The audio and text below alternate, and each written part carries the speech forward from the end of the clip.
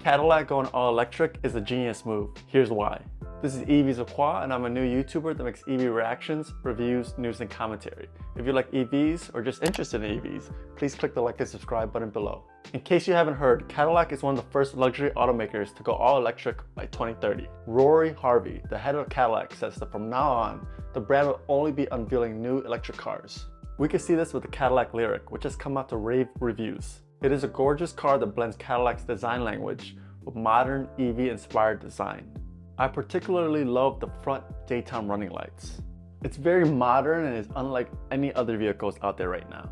In the 1980s, 1/3 of all luxury vehicles in the United States were Cadillacs. But as of 2021, only 6% of all luxury vehicles are Cadillacs. So what caused this tremendous loss of market share? There are three primary reasons. One is increased competition.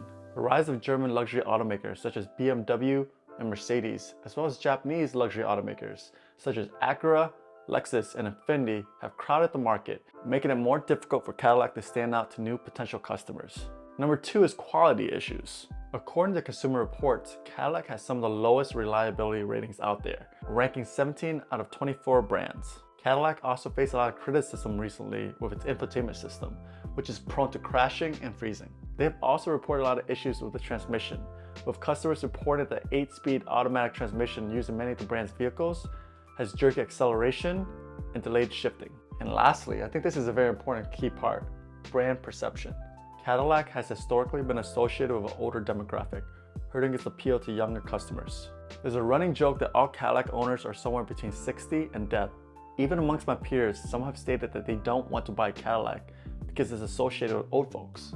And there's definitely some data to back up this perception. It's not just in our heads. According to a recent report by CarMax, Cadillac has the highest average age of purchase at 47.1 years old.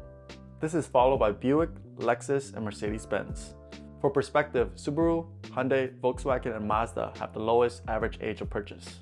So we've established three primary reasons why Cadillacs are just not as popular now as they were in the past. Which is why its transition to 100% electric so fast is a genius move. By going all electric, Cadillac is able to fend off competition from other luxury brands, especially ones that are late to the EV game. This is especially true for Japanese luxury automakers such as Acura, Lexus, and Infiniti, which have not released any EVs to the market yet. So if you're in the market right now for a luxury EV and you don't want to go German, Cadillac might just be the brand for you. I've also made a video in the past dissecting why Japanese automakers are so reluctant to go all EVs. The link is in the description if you're interested. Secondly, by going all electric, Cadillac is finally able to shake off its old folks brand image. According to a recent 2022 Pew Institute survey, younger adults are more likely than older adults to consider buying an EV. As we can see here, in the age group 18 to 29, 55% are very or somewhat likely to seriously consider buying an EV. This contrasts with the 31% of the 65 and older age group, a difference of 24%. By transitioning quickly to EVs, Cadillac is able to capture this younger demographic who are interested in EVs but are disappointed with the current alternatives from other luxury automakers, particularly Japanese automakers. And lastly, and this is a very important point, Cadillac actually sells more vehicles in China than in the USA. According to Cadillac, last year they sold 194,100 units in China, topping the USA's 134,703 units by almost 60,000 units. That means Cadillac sold 44% more units in China than in the USA last year. And that pales in comparison to 2021, where Cadillac sold 96% more units in China than the USA. Some of the reasons for Cadillac's success in China are it's manufactured locally in China, avoiding steep import tariffs, as well as being marketed very well in the country.